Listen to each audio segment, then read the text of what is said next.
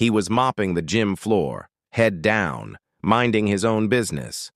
The smell of sweat and chalk hung in the air when a black belt in the corner called out, "Hey, want to spar? For fun?" Laughter rippled through the room.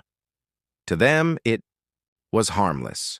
To him, it felt like something else, a test, maybe even a trap. What happened in the next few minutes would silence the crowd, flip the balance of power, and leave a lesson no one could ignore. The real question is, who truly walked away the victor? Marcus Reed had worked at the community sports center for almost a decade. Every morning he arrived before sunrise, unlocking the doors, setting out the mats, and sweeping away yesterday's dust. It wasn't glamorous work, but it was honest, and Marcus took pride in it. He was known for his quiet focus, the kind of man who kept to himself, stayed out of trouble, and let his work speak for him. The gym's regulars barely noticed him beyond a nod or a polite morning. They saw a janitor with a mop, not a man with a story. But Marcus carried more than a mop. Years earlier, he'd been a high school boxing champion, though few here knew.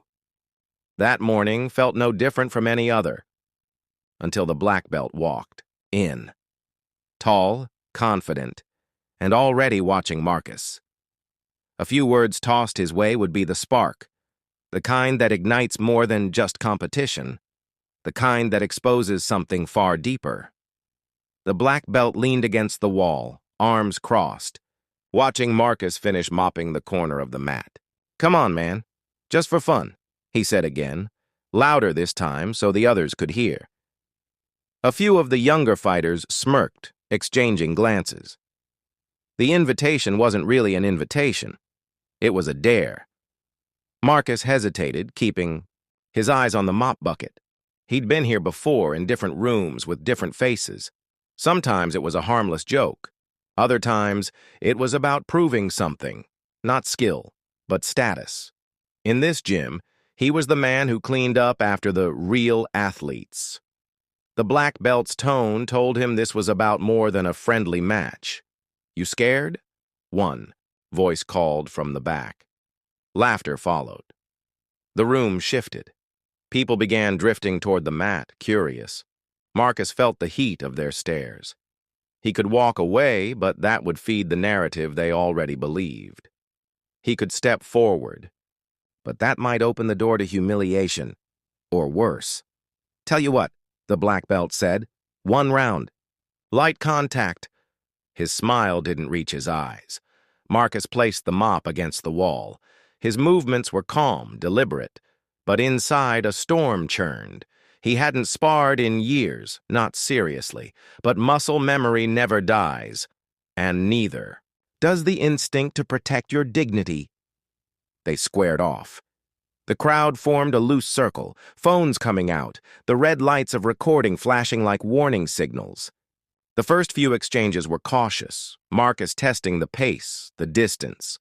Then the black belt's strikes grew sharper, faster, his light contact carrying more force. It wasn't about training anymore, it was about putting Marcus in his place. A kick grazed Marcus's ribs, harder than necessary. The crowd's murmurs turned into whispers. He caught the smirk on the black belt's face. And something in Marcus clicked. He stepped in, slipped a jab, and landed a clean body shot. The room went quiet for a moment, then erupted. The black belt's expression darkened. Now it wasn't just a match, it was a test of dominance. The pace quickened, the blows heavier, the air electric with unspoken tension. Marcus could feel the story writing itself in their eyes. The janitor against the black belt, the underdog who wasn't supposed to fight back. And then, with the crowd holding its breath, Marcus saw an opening, one that could change the tone of the entire room in an instant.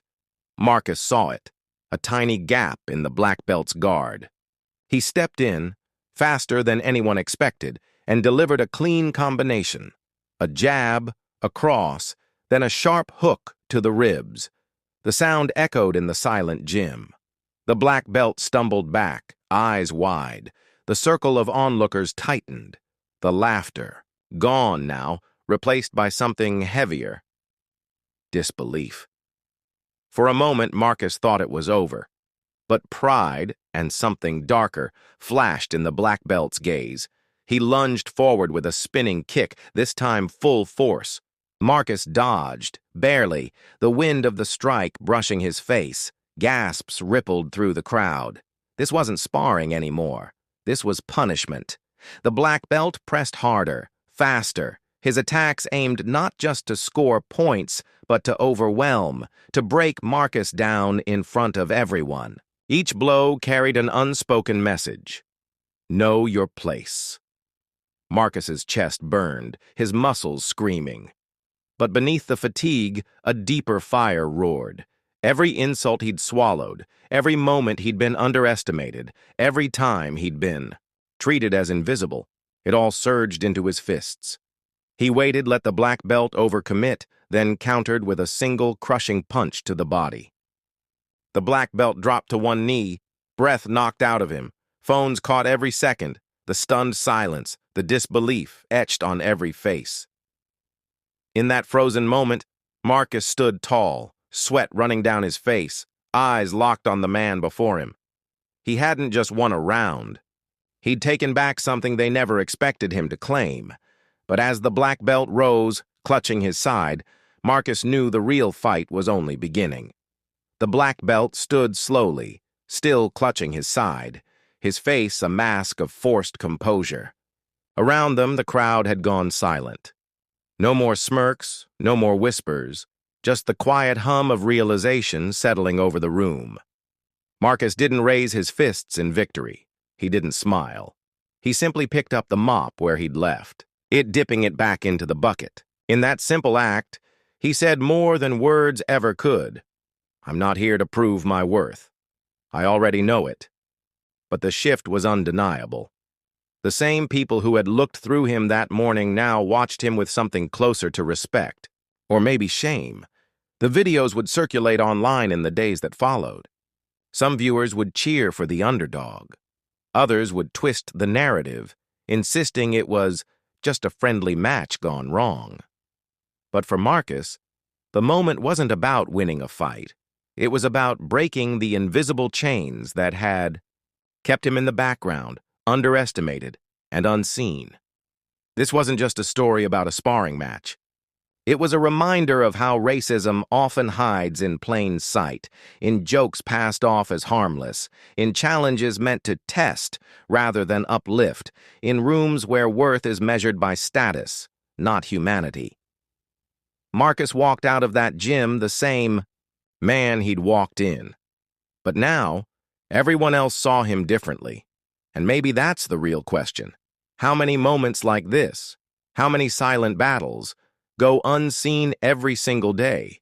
If one quiet man with a mop can change the story in just a few minutes. What could happen if we all refused to stay silent?